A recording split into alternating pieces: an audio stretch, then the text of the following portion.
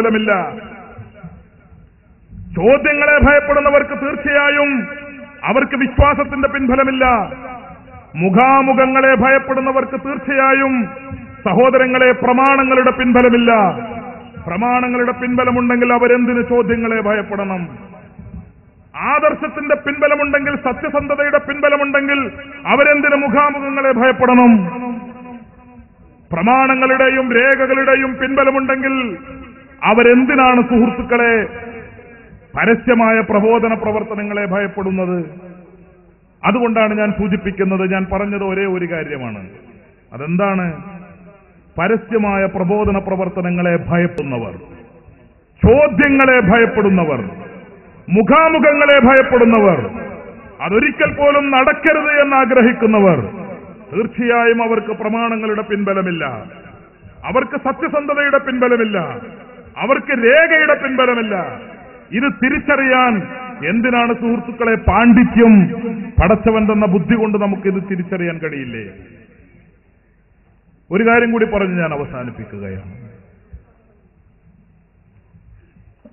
കേരളത്തിൽ വഹാബിസം പ്രവർത്തനം ആരംഭിച്ച് 19 കൊല്ലക്കാലം കഴിഞ്ഞു. തൊട്ടുപിന്നിൽ തന്നെ ജമാഅത്തെ ഇസ്ലാമിയും മത്സര രംഗത്തുണ്ട്. അതേപോലെ അപ്പും ചവറുമായി ചില്ലും ചില്ലറയുമായി കുറെയൊക്കെ വേറെയും കുറെ സാധനങ്ങളുണ്ട്, ഗ്രൂപ്പും ഉപഗ്രൂപ്പുകളുമായി. 19 കൊല്ലക്കാലമായിട്ട് അങ്ങനെ നടക്കുകയാണ്. ഈ 80 കൊല്ലക്കാലത്തെ പ്രബോധന പ്രവർത്തനത്തിന്റെ ഫലമായി ഇവരെന്ത് നേടി? നമ്മുടെ ഈ ഓട്ടത്തിനിടയിൽ ഇടയ്ക്ക് ചില കാര്യങ്ങൾ ആലോചിക്കണമല്ലോ. ഇവരെന്ത് നേടി? കേരളത്തെ സംബന്ധിച്ചിടത്തോളം കേരളത്തിന്റെ പ്രബോധന രംഗം നമ്മൾ വിലയിരുത്തിയാൽ നമുക്ക് മനസ്സിലാക്കാൻ കഴിയുന്ന, കണ്ടെത്താൻ കഴിയുന്ന ഒരു കാര്യം, ഇവര് കുറെ ആളുകളെ നരകത്തിലേക്ക് റിക്രൂട്ട് ചെയ്തു എന്നുള്ളതാണ് ഇവരുടെ പ്രബോധന പ്രവർത്തനങ്ങളുടെ ഒരു നേട്ടം. യഥാർത്ഥത്തിൽ പ്രബോധനം നടത്തേണ്ടതും നടക്കേണ്ടതും ആളുകളെ സ്വർഗത്തിലെത്തിക്കാനാണ്. പക്ഷെ ഇവരുടെ പ്രചാരണ പ്രവർത്തനത്തിന്റെ ഫലമായി ഉണ്ടായിത്തീർന്ന ഒരു ദുരന്തം, നരകം നിറഞ്ഞു, സ്വർഗം ശൂന്യമായി എന്നതാണ്. തുടക്കം മുതലേ അങ്ങനെയാണ് കാര്യങ്ങളുടെ പോക്ക്. മതപ്രബോധന രംഗത്ത് തന്ത്രപരമായ നീക്കങ്ങൾ ആവിഷ്കരിക്കുവാനോ, ഏറ്റവും കുറഞ്ഞത് പ്രബോധിത ജനതയെ, സഹോദരങ്ങളെ ഒരു നയത്തോടെ സമീപിക്കാൻ പോലുമോ കേരളത്തിലെ വഹാബിസത്തിന് സാധിച്ചിട്ടില്ല. 1920കളിൽ രംഗത്ത് വന്നതിന് ശേഷം ആദ്യമായി പ്രചരിപ്പിച്ചത് എന്തായിരുന്നു? കേരളത്തിൽ നിലവിലുള്ള മുസ്ലിമീങ്ങളാരും മുസ്ലിമീങ്ങളല്ല എന്നായിരുന്നു, അല്ലേ? കേരളത്തിൽ നിലവിലുള്ള മുസ്ലിമീങ്ങളല്ല, അവർ കാഫിറുകളാണ് എന്ന് പറഞ്ഞു. ഉമർ മൗലവിയുടെയൊക്കെ ലേഖനങ്ങളും പുസ്തകങ്ങളും പ്രസിദ്ധീകരണങ്ങളും മറിച്ചു നോക്കിയാൽ ഓക്കാനം വരും അറിയാതെ. അത്രയും കൂടുതൽ ഈ സമുദായത്തെ കാഫിറാക്കി എഴുതി തള്ളിയ മറ്റൊരു വിഭാഗം വഹാബിസത്തെ പോലെ സുഹൃത്തുക്കളെ മറ്റൊരു ഈ പ്രസ്ഥാനത്തെ പോലും കാണുക സാധ്യമല്ല.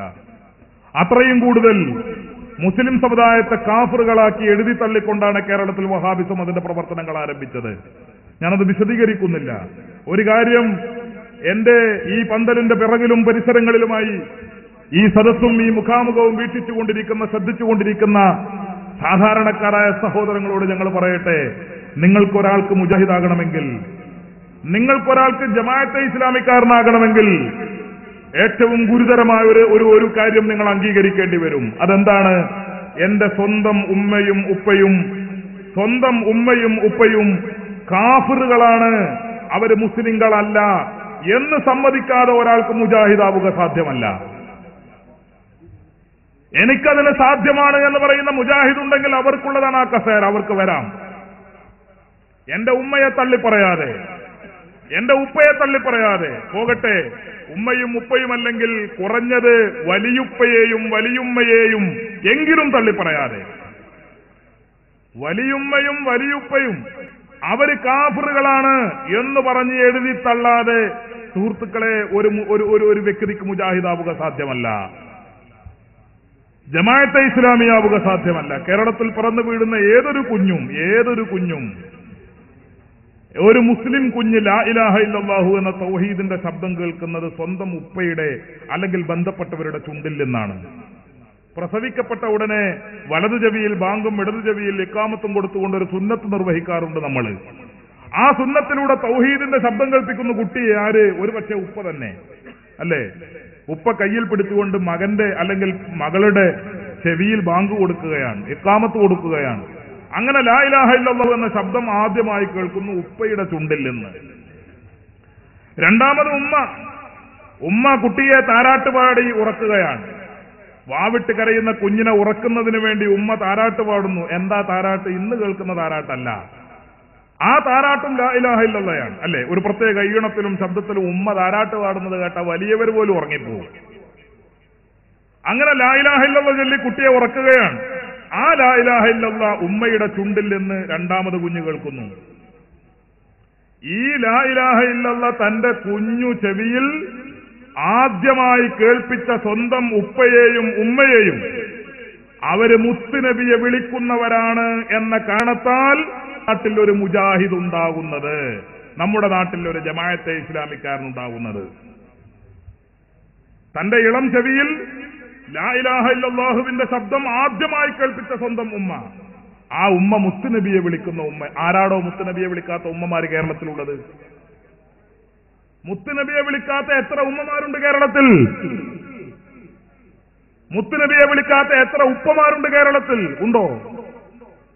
ഇപ്പൊ മുജാഹിദ് വന്ന് കുറച്ചു കാലം, അതും വളരെ ഈ ന്യൂനപക്ഷത്തെ മാറ്റി നിർത്തിയാൽ അവശേഷിക്കുന്ന ബഹുഭൂരിപക്ഷം ജനങ്ങൾ, മഹാഭൂരിപക്ഷം ജനങ്ങൾ, ആ മഹാഭൂരിപക്ഷം ജനങ്ങളും മുത്തുനബിയെ വിളിക്കുന്നവരാണ്, അവർ ബദരീങ്ങളെ വിളിക്കുന്നവരാണ്. അങ്ങനെ വിളിക്കുന്നതിന്റെ പേരിൽ തന്റെ ഇളം ചെവിയിൽ ലാ ഇലാഹ ഇല്ലല്ലാഹുവിന്റെ ശബ്ദം ആദ്യമായി കേൾപ്പിച്ച എന്റെ ഉമ്മയും ഉപ്പയും കാഫറുകളാണ് എന്ന് വിശ്വസിക്കാതെ പറയാതെ ആർക്കാണ് മുജാഹിദാകാൻ സാധിക്കുക? അങ്ങനെ ഉമ്മയെയും ഉപ്പയെയും തള്ളിപ്പറയുന്നതിലൂടെ മുജാഹിദ് ചെയ്യുന്നത് എന്താണ്? തലമുറകളെ തന്നെ തള്ളിപ്പറയുന്നു. നമ്മുടെ വേരുകളാണ് സുഹൃത്തുക്കളെ ഇവർ തള്ളിപ്പറയുന്നത്. ഈ സമുദായത്തിന്റെ വേരുകൾ, മുസ്ലിം സമുദായത്തിന്റെ വേരുകളാണ് കേരളത്തിലെ വഹാബിസം പിഴുതെറിയാൻ ശ്രമിക്കുന്നത്.